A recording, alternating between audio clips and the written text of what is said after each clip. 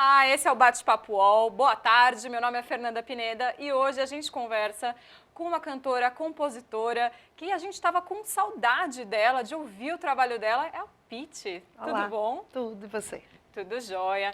Pitty, já são 5 anos sem lançar álbuns com o teu nome, com a tua banda, com esse som mais pesado, mais rock. Primeiro eu quero saber como você se sente voltando, porque olha, a sala aqui já está lotada, você pode aí mandar sua pergunta para cá que a gente vai fazer para a Pitty. Quero saber, tá todo mundo com saudade, você também estava com saudade? Tava, muita, morrendo de saudade. Foi por isso que eu quis gravar um disco novo, foi isso que me motivou a compor, enfim, né, a escrever novamente, a fazer músicas. E sim, foi essa saudade, essa vontade. E deixa eu te perguntar, nesse tempo também você fez o projeto Agridoce, né? Que é uma sonoridade totalmente diferente. Como que é agora virar a chavinha? Agora eu vou voltar a ser a roqueira, vou detonar no palco. O show dessa turnê agora é cheio de energia, como sempre, né? Mas é muito diferente. É muito diferente, mas eu não preciso fazer um esforço grande para transitar nesses dois mundos, porque eu acho que eles dois são muito inerentes a mim, assim, eles me completam. Então não preciso pensar muito, sabe, para sair de uma coisa para outra. O próprio clima do show, das músicas, das composições, de cada trabalho, acabam me conduzindo para um estado de espírito de interpretação ali, específicos, assim. E o público é diferente também. Eu achei diferente. Tem muita gente que passou a curtir o Agridoce e ia nos shows do Agridoce porque já gostava do meu trabalho. E outras pessoas que vieram exclusivamente pelo Agridoce e que agora, com o disco novo, vieram do Agridoce para cá. Então, eu acho que as coisas elas se misturam, assim. E tem de tudo, né? Tem gente que gosta de um, não gosta do outro, tem gente que gosta dos dois, então Tá é certo. livre. Vou mostrar aqui, o disco se chama Sete Vidas, tem aqui o vinil, o álbum e tem também o livro de fotografias que conta a história da Pitty, chamado Cronografia, que está aqui junto também com a gente na mesa, nossa super mesa, cheia de materiais incríveis. O livro tá lindo. Obrigada. E você não planejou de lançar tudo junto, né? Não, não. Na Aconteceu. verdade, rolou. É porque esse livro, ele vem sendo feito há muito tempo, assim. E, inclusive, a gente já tinha prazo antes, tipo, ano que vem sai. E aí, quando chegava no prazo, a gente falou, não vai sair porque não tá bom. Então, para mim, e com a galera da editora, da Ideal Shop, e com o Luiz César Pimentel, que editou, nosso papo era assim, só sai quando tiver bom. Quando a gente olhar e falar assim, tá perfeito. Não mudo mais nada. Para mim, isso era muito importante, porque é uma obra definitiva, né? Enfim, tudo bem, você pode reeditar e mudar uma coisinha ou outra, mas eu queria que ele realmente estivesse já completo, assim. Então ele foi bem revisado. A tua carreira até o presente momento, assim. E aí coincidiu do Sete Vidas ficar pronto, e aí acabou que saiu tudo mais ou menos na mesma época. Legal. A gente vai mostrar um pouquinho das fotos, dá um gostinho, só um pouquinho, porque depois vocês compram um livro e vêm com calma, porque vale a pena, o papel é muito bonito, as fotos estão muito legais. E agora vamos falar do Sete Vidas. Essa foto está no livro, mas ela é da sessão de fotos que você fez e que acabou virando, uma das fotos acabou virando a capa do álbum, né? Eu tinha feito essa sessão de autorretrato em casa, assim, como uma experiência pessoal, tentando, eu não sei muito bem, inventar uma imagem, comunicar alguma coisa. Né? Então, por isso que é cheio de símbolos, assim, tem a maçã, tem o gato, queria que fosse bebê. Tem toda uma série de símbolos ali, eu queria... É que nem eu te falei, assim, se eu soubesse pintar, eu tinha pintado. Como eu não sei, eu resolvi fazer um autorretrato. Não, e as fotos ficaram incríveis, né? E aí não fiz pensando no disco. E aí mostrei para o Rafa Ramos, que é o produtor do disco. E ele falou, putz, isso aqui podia ser capa, podia... E aí no começo eu fiquei meio, não, mas será? Mas eu que fiz e tal. E aí a gente foi amadurecendo essa ideia e a gente viu que realmente tinha a ver, que ia ficar bacana e acabou que está aí. Realmente, ficou muito bonito mesmo. E agora eu queria saber, antes de ir para a primeira pergunta aqui da galera, como que você chegou nessa sonoridade de Sete Vidas, que é bem pesada, é um som bem maduro, isso se reflete também no show. Quem tá indo tá curtindo isso, observar isso. Como que você chegou nessa sonoridade? Algo que você já procurava? Como que foi? Acho que é uma coisa que eu venho buscando desde o primeiro disco, assim, mas não tem como você vai aprendendo a fazer as coisas. Então, quando eu gravei meu primeiro disco, eu tinha um monte de coisa que eu pensava, mas às vezes eu não sabia realizar. em termos práticos mesmo, em termos de tirar som de um instrumento, de um pedal, de uma dobra de voz, enfim, de encaixar uma palavra ali. E eu acho que a cada disco foi indo, e eu acho que no Sete Vidas isso chegou de uma forma que eu, pelo menos, olho e falo, puta, que bacana. Eu fico muito feliz assim, com o resultado do disco. E acho também que as decisões que a gente tomou ao longo desse processo, assim, tipo, de gravar ao vivo, de mixar com o Tim Palmer, que é um cara que tem uma super experiência com rock. Sim. E que ajudou a definir a sonoridade do álbum, né, e tudo. Com as escolhas de todo mundo ali envolvidos no processo de produção, com a coisa de escrever depois de passar por um monte de coisa e depois de passar por um período onde, sei lá, para mim já tinha ficado tudo meio nulo. E eu precisei dar uma parada para poder repensar tudo, assim, por que eu estou aqui, por que eu faço isso, por que eu tenho uma banda, por que eu escrevo. Sim. E aconteceu tanta coisa em 2013 que acabou servindo para essa reflexão e me dando mais material ainda emocional, assim, para escrever. Essas experiências, as coisas pelas quais você passou, elas te influenciaram muito? Sim, com certeza. Em algum momento você ficou com medo de se expor ou de expor alguém? Não fiquei, não. Porque eu acho que tudo não é uma reportagem, é poesia. Então, né? Tem, claro. Assim... eu procuro não ser tão literal também, botar as coisas num âmbito mais poético, assim, mais metafórico. Sim, claro. Então, acho que não. E eu acho que tem que ter a dose de pessoalidade ali. Tem que ser pessoal, tem que vir de dentro, tem que vir do âmago. Porque também, senão, sei lá, senão também não faz efeito, eu acho, assim. Fica aquela coisa inócua, sabe? Claro. Não vai nem lá, nem cá. Tem que sofrer, certo. Tem que doer um pouquinho. Tem que doer um pouco para ajuda na inspiração? Quando está sofrendo, ajuda mais? Para mim, sim. Eu já percebi isso, eu acho que eu escrevo mais, eu acho que quando eu estou passando por coisas assim, o papel ele é uma grande válvula de escape para mim. Quando Pedi só para a gente ver agora, enquanto você está contando um pouquinho das cenas de Sete Vidas, né? Sim. Que é uma música, inclusive, que fala também dessa renovação. Aliás, é um tema recorrente no álbum, né? Acabou que virou um tema que permeia todas as faixas, assim. Não foi intencional. Quando eu vi no final o resultado, eu falei, mas tem outros assuntos também. Enfim, tem política, tem filosofia, tem sexo, tem um monte de coisa ali. Que é ótima também, a música sensual, sua música sensual. A Pequena Morte, né? Tem umas duas, assim, que são legal, vamos ver. Então, um trechinho de Sete Vidas aqui.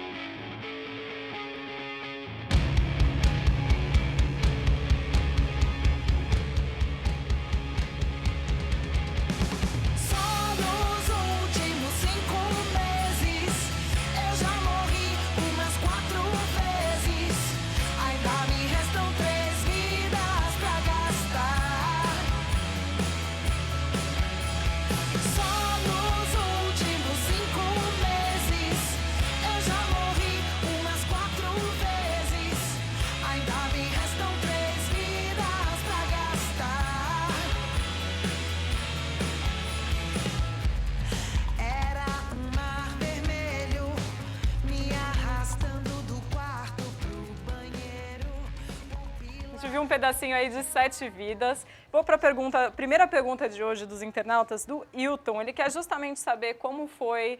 A gente falou um pouquinho já, mas se você puder completar para ele, que é teu fã, ele quer saber como que foi para você sair de Pitty e ir para Agridoce e voltar Pitty agora. Foi isso que eu falei, foi natural, foi instintivo, assim. Foi uma coisa que realmente aconteceu, não foi nada tão racional, sabe? Agora eu vou... Eu só senti, a vida foi indo para esse lado e, no caso do Agridoce, assim, quando eu e Martim, a gente se batia em casa e começava a compor, as músicas eram completamente diferentes do meu trabalho. Então, a gente já sentia que era uma outra coisa. Foi super natural, foi uma transição natural. É dupla personalidade, né? Exatamente. Um pouquinho, de leve, vai. Olha, o Yuri aqui, ele está querendo saber quais são os seus projetos para 2015, se a turnê continua, ele quer saber também se vai rolar algum B-side do Sete Vidas. A gente agora, o plano é esse, continuar na turnê. Tem bastante show já para fazer e tudo. E, enfim, paralelo à coisa dos shows, eu estou sempre inventando algum projeto. Assim, eu não consigo ficar parada há muito tempo. E eu tenho muitas vontades e muitas ideias. E aí eu acabo inventando umas coisas. Mas eu só conto quando já está encaminhado, para não ficar aquela coisa chata. E o que foi mais que ele perguntou? De B-sides aqui. Dos e B-sides. O próximo clipe, já sabe também? Não, ainda não. A gente acabou de lançar uma agora, claro. né? De Serpente. Então, vamos deixar ele rodar mais um pouquinho. Mas eu já estou pensando no Você já sabe, né? Mas não vai não, contar não sei. ainda, não eu estou sabe. pensando. Eu começo agora. Tendo ideias, tá? Aquela amadurecer fase esse pensamento. Mas ainda não sei também. Legal. Fazer uma pergunta aqui da Pete em Sampa. Ela mandou assim: Pete, nós te seguimos na internet e na vida real. A gente sempre está no show, nos programas de TV que você vai, te vemos aqui na internet, enfim. Você acha isso legal ou tem hora que enche? Tem uma outra fã aqui também, a Ana Clara, que ela falou que é doente pela banda. E ela está querendo saber também o que você acha dos fãs que esquecem até que tem vida e só pensam em você. Não, são duas fanáticas aqui, hein? A galera do Pit Sampa eu conheço, eles realmente vão em todos os shows, assim, eles organizam caravana, eles vão juntos. Legal. É uma coisa coletiva que eu observo, assim, às vezes, quando eu consigo observar, eu acho interessante. Porque, na verdade, eles se organizam, entendeu? Eu nunca pedi, eu nunca falei, eu nunca... desde o começo, a minha relação sempre foi muito de liberdade, assim. Porque eu também quero liberdade, então eu ofereço liberdade. E sempre foi assim, então é uma iniciativa autônoma e deles, que eu me sinto lisonjeada. O que eu posso, daqui do meu ponto de vista, eu olho e falo, puta, que bacana que tem uma galera que se mobiliza, que acha, enfim, bacana ir em 5, 6, 7 shows, entendeu? Eu fico lisonjeada. E, na verdade, eu procuro sempre, enfim, tá mudando as coisas para que essas pessoas também se sintam motivadas a mudar junto. E a continuar. E são fãs também, aqui até no caso da Ana Clara, ela falou que ela é fã desde novinha, né? São fãs também que cresceram junto com você, né? Tem vários. Assim, hoje, depois de 11 anos, né, do primeiro disco, muita gente que acompanha desde o começo já está em outra fase da vida. Assim, já é uma galera que está estudando, trabalhando, muitos já são pais e mães de família, mãe, entendeu? E fora isso, com o tempo também passou uma galera mais velha curtir o som, assim. Então hoje tem muito mais gente, eu identifico muito mais gente da minha faixa etária do que muito jovem. O que eu acho interessante, porque eu me comunico melhor com pessoas da minha idade, obviamente. Eu tenho mais referência, eu tenho mais papo, eu tenho mais coisa em comum. Então, para mim, é muito mais confortável, hoje em dia, lidar com essas pessoas. Porque eu não faço música para criança, então era meio estranho no começo. Só que isso também se reflete de outra forma. Como a galera hoje em dia está todo mundo ocupado, trabalhando, cuidando da vida, às vezes trabalhando, estudando, você vê que isso se reflete, por exemplo, numa votação de internet. Quem ganha é quem tem fã mais jovem. Que tem tempo. Porque é uma galera que está ali o dia inteiro, entendeu? Hoje a galera já está... Você falou uma coisa muito interessante, que é do artista que também puxa os fãs, né? Tem artista que fica pedindo voto o dia todo, que faz campanha também. Tem de tudo. Não que não seja legal pedir votos, mas tem alguns que pedem muito mais que outros, enfim, você deve Não, eu saber. acho tranquilo, acho que cada um sabe de sua vida. Eu acho que às vezes você divulgar uma votação e falar... Eu sou muito cuidadosa com isso, porque eu não acho bacana ficar ali enchendo o saco dizendo, vai. Eu acho que quem gosta e quiser votar, vai votar. Então eu informo, galera, tá rolando isso aqui, se vocês quiserem, eu vou achar massa. O que eu procuro sempre não cair na demagogia, porque é muito fácil. Às vezes eu vejo, assim, e é uma postura muito comum e muito sedutora, entendeu? Você se aproveitar da carência das pessoas e do amor das pessoas. Enfim, eu acho isso feio, eu acho isso esquisito, sabe? Essa coisa de, minha vida é vocês, é tudo. Sei. Isso é mentira, desculpa. Não é. Então eu prefiro ser honesta e falar, eu acho massa que vocês curtem, muito obrigada, eu sou realmente grata de coração, mas sem demagogia, sem falsidade, sabe? Ótimo. Sem politicagem. Claro, com certeza. Deixa eu fazer uma pergunta aqui do Cisro, que tem também justamente sobre fãs. Ele mandou, oi Pete, gostaria de saber se você está sentindo alguma diferença nesse novo álbum quanto à recepção justamente dos fãs e daqueles que, apesar de não serem esses mais fervorosos, que acompanham tudo, curtem o seu trabalho. Exemplo, se você lançou, ele quer saber se você lançou, depois de lançar o CD, recebeu o retorno de gente que nunca tinha ouvido o teu som. Você falou que está chegando a um novo público também, né? Rolou isso com esse disco bastante, inclusive. Mais do que com os outros. E, não sei, uma análise, é difícil quando você está fazendo a coisa, você... Observar de fora também. De fora, né? mas do meu ponto de vista, eu acho que isso tem a ver com isso, com esse tempo todo que já chegou até aqui, com tudo que foi construído, né, ao longo desse tempo, e com a sonoridade do disco, com as letras do disco. Acho que isso acabou atraindo uma outra galera, assim, uma galera mais legal. Eu estou muito feliz assim, com a receptividade. Com que as pessoas falam sobre o disco, com o jeito que elas chegam para falar sobre o disco, sabe?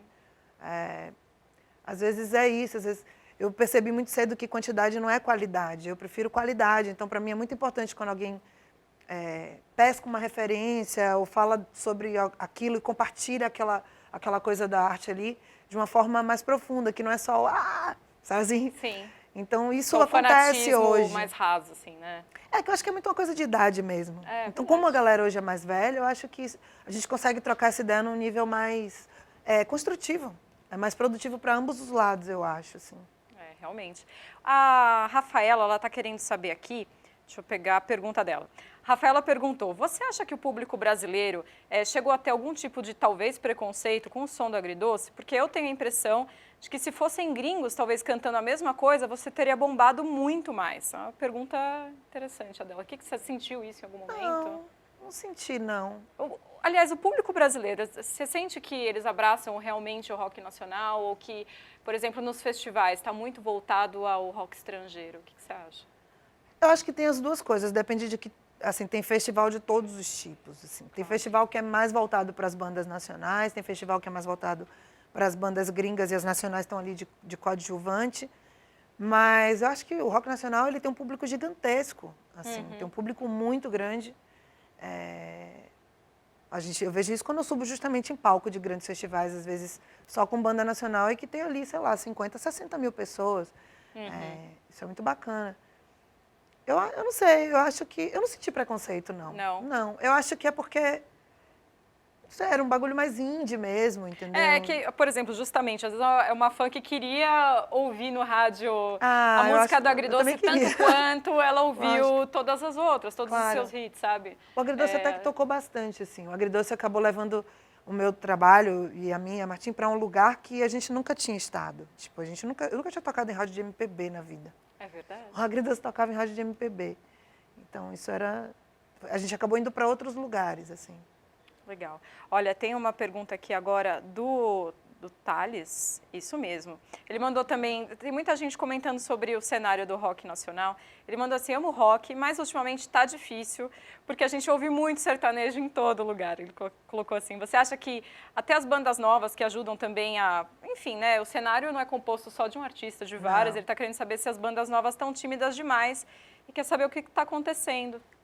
Eu não acho que as bandas novas estão tímidas. Eu acho, inclusive, que esse último ano assim, foi super produtivo para o rock nacional. Vi tanto disco legal sendo lançado, tanto no mainstream quanto no underground. Assim. Muito disco bom, muita banda boa.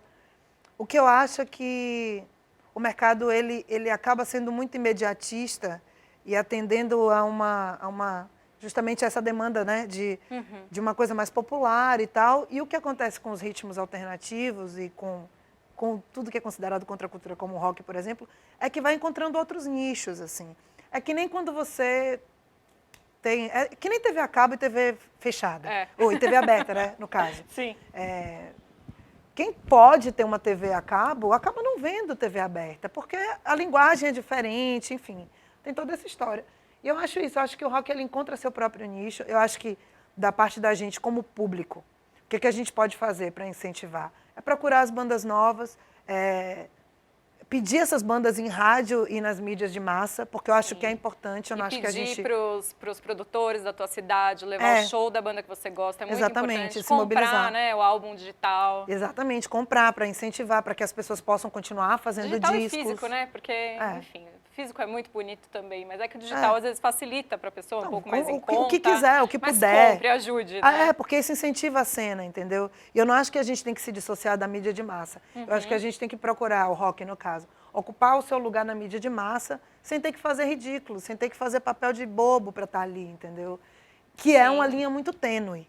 É Aliás, muito difícil, mas sobre acho que a gente isso, tem que tentar. A Globo recentemente fez o Superstar, que tinha, enfim, bandas de N estilos, mas muitas de rock.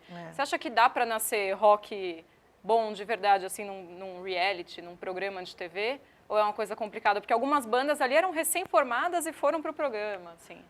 Eu não assisti muito, mas pelo pouco que eu observei dessa situação específica,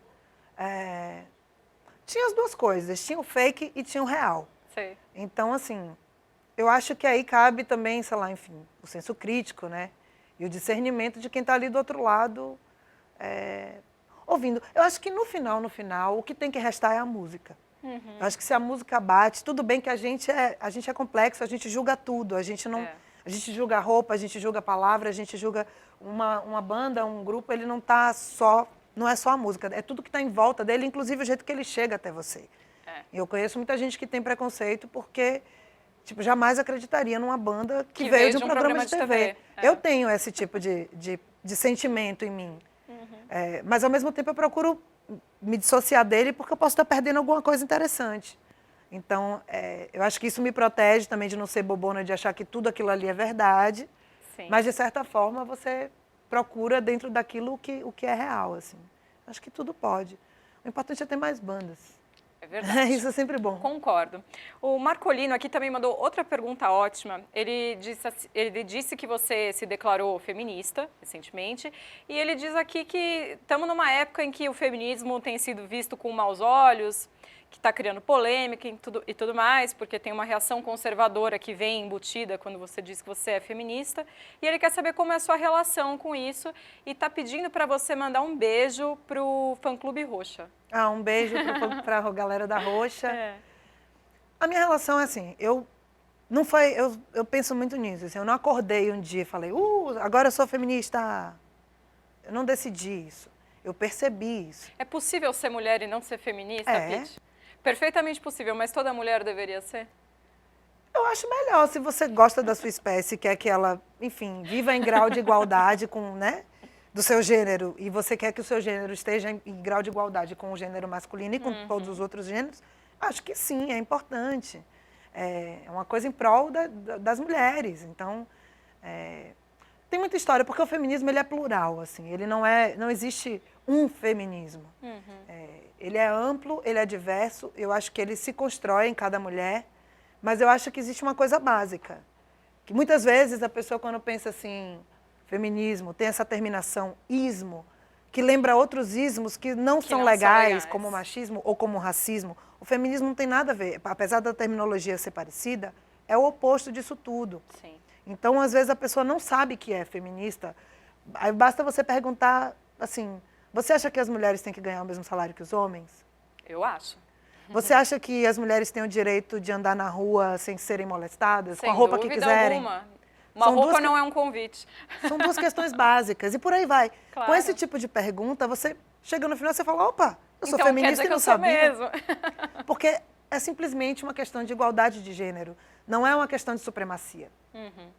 O feminismo não se propõe a reduzir os homens, ou enfim. Não é a ditadura das mulheres, apenas pelo uma busca pela... é uma questão de igualdade. Claro. Agora, por que muitos homens, enfim, não gostam disso? Porque existe um privilégio. Para alguém ganhar um privilégio, o outro tem que ceder um pouco. E muita gente não quer ceder privilégio. Né? Muitos homens consideram um privilégio poder lhe passar uma cantada na rua. Como assim eu não posso mais chamar ela de gostosa? Por que é tão ruim fazer um fio-fio? Entende? Então, assim, a gente tem que equilibrar esses privilégios para que todo mundo viva de forma boa. É só isso. Perfeito. Tem mais uma pergunta aqui de um fã. Vou pedir para a gente ver, antes de eu fazer essa pergunta, para a gente ver um pouquinho de Serpente, né? Que é o clipe mais recente, que tem um clima todo ritualístico.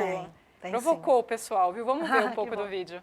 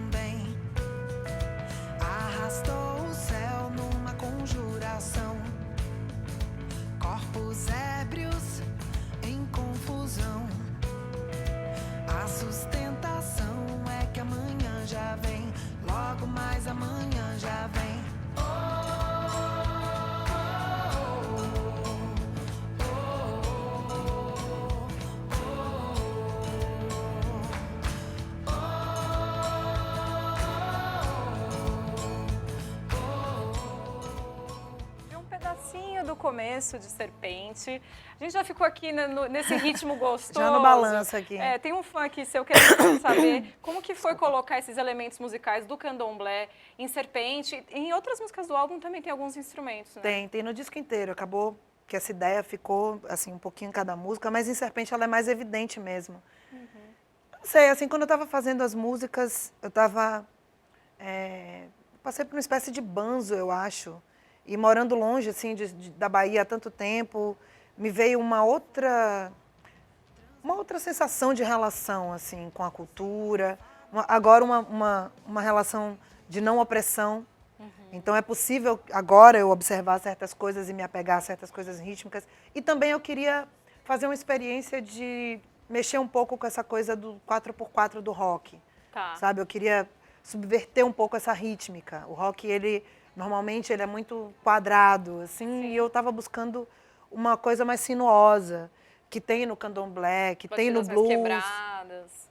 Ritmos compostos, então uma coisa mais curva mesmo, assim, menos branco, queria uma coisa mais negra, sabe? Uma coisa mais, eu não sei explicar sem dizer sinuoso, acho que é a palavra. Legal. A gente estava vendo algumas cenas agora, novamente, do vídeo, e tem um momento ali em que rola um ritual, não vou contar para quem não assistiu o clipe, vá assistir também. Eu queria saber como que foi gravar isso, e como que foi também colocar esses elementos, como que vocês pensaram, sem banalizar, sem ofender nenhuma religião, porque são várias referências, tem um momento que tem um mantra também na música, como foi isso? A ideia era bem essa, assim, eu achava que esse ritual ele tinha que ser inventado, porque justamente eu não achava justo em se apegar a nada específico, porque não fala de nada específico e não queria levantar nenhuma bandeira. Eu achava que tinha que ser uma coisa plural, uma coisa coletiva e que, enfim, transitasse por todos esses universos e culturas, assim.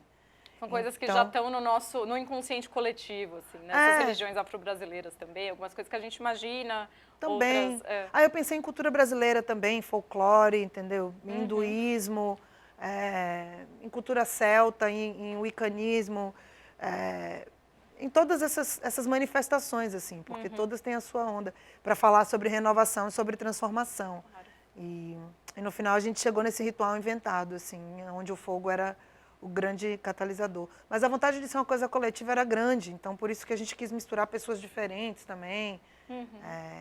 Não só homens, não só brancos, não só... todo mundo junto. Complexa, né? Porque é isso. Perfeito. O Elvander, ele está querendo saber, olha, mandou uma pergunta que é direta e reta, hein? Quer saber se tem alguma música dos seus álbuns antigos que você enjoou ou que simplesmente você acha que não faz mais o teu estilo, que você talvez optaria por não executar mais, não tocar mais? Não tão fortemente assim. Na verdade, a maioria das músicas antigas eu já não me identifico tanto quanto as novas, normal, porque eu já não sou a mesma daquela época. Mas elas vão continuar fazendo parte da minha história e no show eu as executo com energia e com verdadeiro sentimento de alegria, porque... Elas também fazem parte de quem você é hoje, né? Sim, exatamente. E porque as pessoas ali se identificam, então é uma troca. Talvez fosse para eu sozinha cantar aquela música, talvez não fosse bater, mas quando você chega naquele contexto, ela faz sentido. Dizer aquelas coisas ainda faz sentido para mim, no palco. Mas, obviamente, as coisas mais recentes que você escreve acabam te representando mais, né? Com certeza. A gente está chegando ao final do bate-papo, Pitty. Queria te agradecer. Obrigada. Vou passar aqui agora só rapidinho a agenda de shows. Dia 7 de dezembro em Salvador, Bahia, no Bahia Café Hall. Dia 13 em São Bernardo do Campo, no Estância Alto da Serra. E dia 14 aqui em São Paulo, no Parque da Juventude. E esse show, inclusive, é gratuito, né? Esse show vai ser gratuito, vai ser lindo. Espero vocês todos em todos esses shows. O site é novo, estreou hoje. Dá uma passada lá que tem todas as datas e outras cocitas massas. Perfeito. Então, e sigam também a Pitty no Twitter, @PittyLeone, Facebook também, facebook.com/PittyOficial. Tem um último recado para a galera que está vendo a gente? Obrigada. Para aquela câmera ali, ó. Cadê? Ali. Oi. Obrigada por terem vindo aqui trocar essa ideia com a gente. Obrigada, galera do UOL, aqui pelo convite. E é isso, a gente se vê por aí. Isso aí, obrigada. Na vida. Foi muito bom conversar contigo. Obrigada. A gente fica por aqui, galera. Até a próxima. Tchau, tchau.